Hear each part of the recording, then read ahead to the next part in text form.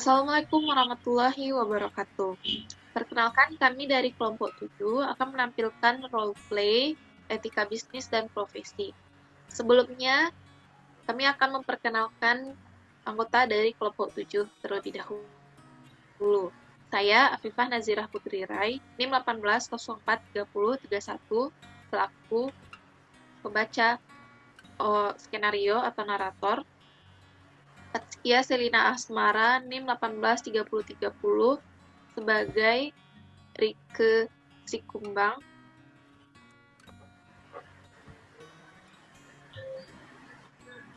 Lalu Mega Mistika, langsung saja. Skenario kasus.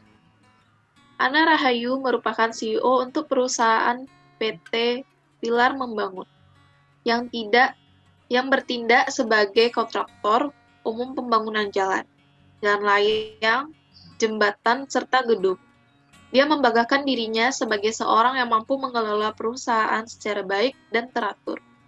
Selama bertahun-tahun, pertumbuhan perusahaan stabil sebesar 22 sampai dengan 25% dalam penjualan, laba, dan laba per saham. Ana menginginkan pertumbuhan perusahaan yang stabil untuk mendapat kemudahan pendanaan oleh bank. Direktur keuangan yang baru telah merubah posisi perusahaan yang stabil ini. Pertanyaan pertama. Siapakah pemangku kepentingan yang terlibat dalam keputusan ini? Rike, kita punya satu masalah. Anda tahu kebijakan saya tentang pertumbuhan yang stabil. Namun, pencapaian kita tahun ini terlalu baik. Laba kita terlalu tinggi, yakni mencapai 35% dibandingkan tahun lalu. Apa yang harus kita lakukan adalah menurunkan laba tahun ini dan menyimpannya untuk tahun depan. Jika tidak, kita akan tampak melenceng dari posisi keuangan tahun-tahun sebelumnya. Kinerja saya akan tampak tidak baik, apalagi jika kita kekurangan laba di tahun depan. Apa yang bisa kita lakukan untuk memperbaiki labanya? Mungkin kita bisa memasukkan persentase laba rendah untuk tahun ini, dan kita bisa menaikkan laba untuk R dan D senilai 1,240 miliar. Tapi Bu, apa yang kita lakukan ini kan akan membuat apa yang kita lakukan untuk membuat perusahaan terlihat stabil ini telah salah, Bu. Kita bisa menginformasikan kepada pemangku kepentingan tentang kinerja kita. Bila kita dalam keadaan sulit, jika memang kita dalam keadaan sulit, sebaiknya mereka juga mengetahuinya. Dan di saat kita sedang berlaba, ada baiknya juga mereka mengetahuinya, Bu.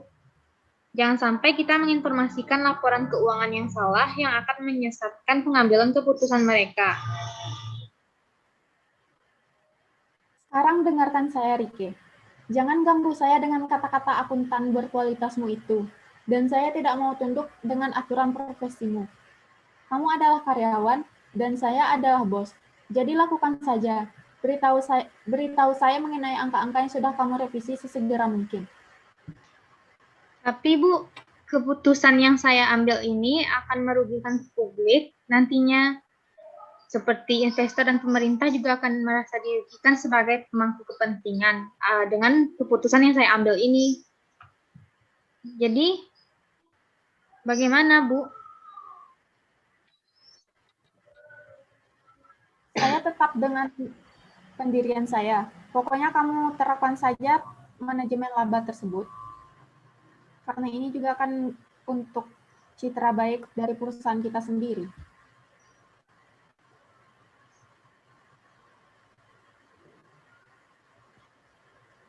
Pertanyaan selanjutnya, pertanyaan kedua. Apakah isu etis yang muncul dalam kasus ini?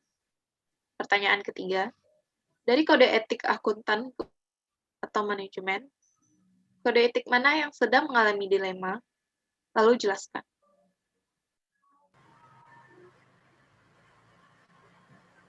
Tapi Bu, kinerja saya akan tampak tidak baik dan harga diri saya sebagai akuntan pun mulai turun bila saya melakukan apa yang Ibu suruh.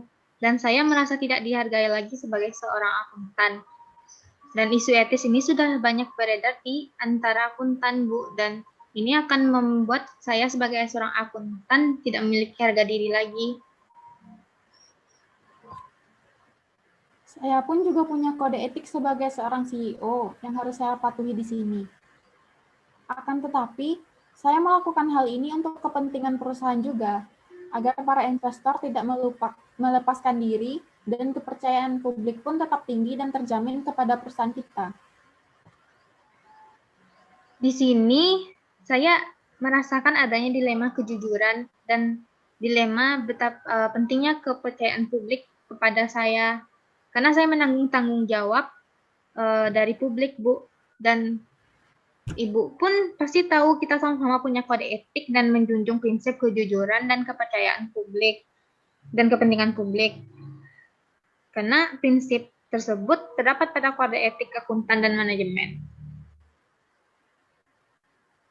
Seperti yang saya bilang sebelumnya, saya pun juga melakukan hal ini untuk kepentingan publik dan kepentingan investor kita. Saya tidak mau para investor yang telah menanamkan modalnya di perusahaan kita itu untuk melepaskan diri dan akhirnya juga berujung kepada kepercayaan publik itu.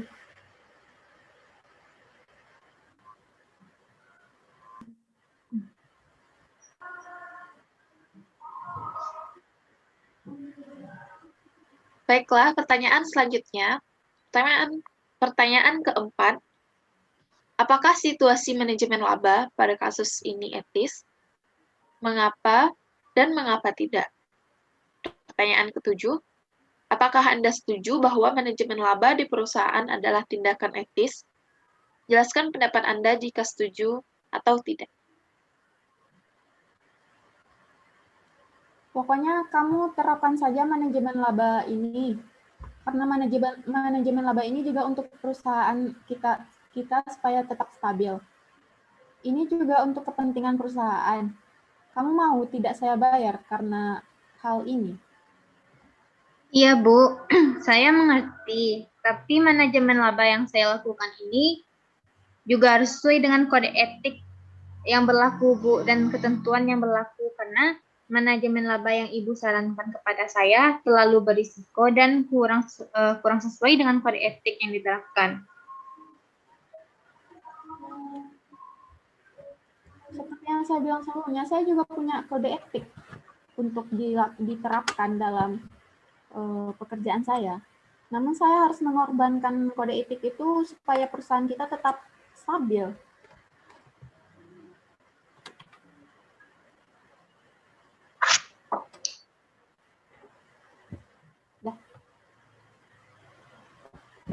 Jadi kamu setuju atau tidak melakukan manajemen laba ini? Saya setuju, Bu, melakukan manajemen laba ini untuk kepentingan perusahaan juga. Namun akan lebih baik bila saya melakukan manajemen laba sesuai dengan ketentuan yang telah ditetapkan, agar kita tidak terkena risiko nantinya.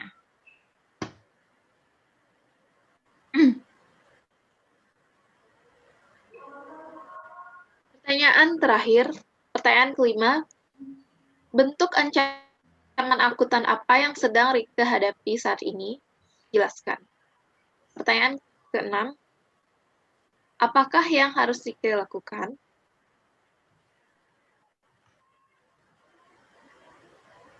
Saya merasa, Bu, tapi saya merasa kepentingan diri saya sebagai akuntan terancam karena saya tentunya memikirkan kebaikan bagi perusahaan juga. Tapi saya merasa khawatir apabila terungkap ke publik nantinya akan merusak citra perusahaan dan saya sendiri sebagai seorang akuntan dalam perusahaan. Pokoknya saya tidak mau tahu. Kamu harus tetap menerapkan manajemen laba tersebut. Baiklah, Bu. Jadi begini saja, Bu, saran dari saya. Bagaimana jika saya melakukan manajemen laba sesuai dengan tahap-tahap atau prosedur manajemen laba yang benar sesuai dengan aturan akuntansi, di mana dalam akuntansi manajemen laba yang benar itu saya harus melakukan harus mengakui pengeluaran perusahaan di masa depan pada saat kita mengakui pendapatan terkait pengeluaran, sehingga manajemen laba yang kita lakukan tidak melanggar kode etik dan kita pun aman dari risiko lainnya, dan laba perusahaan pun akan tetap stabil. Bagaimana, Bu? Baiklah, jika itu dapat mengurangi risiko, saya setuju saja. Namun namun perintah saya tersebut harus tetap dilakukan. Baiklah, Bu.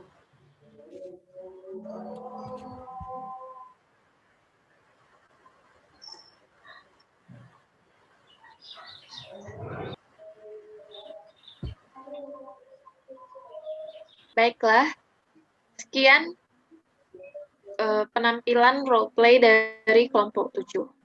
Mohon maaf apabila terdapat kesalahan maupun kekurangan. Saya akhiri. Assalamualaikum warahmatullahi wabarakatuh. Waalaikumsalam.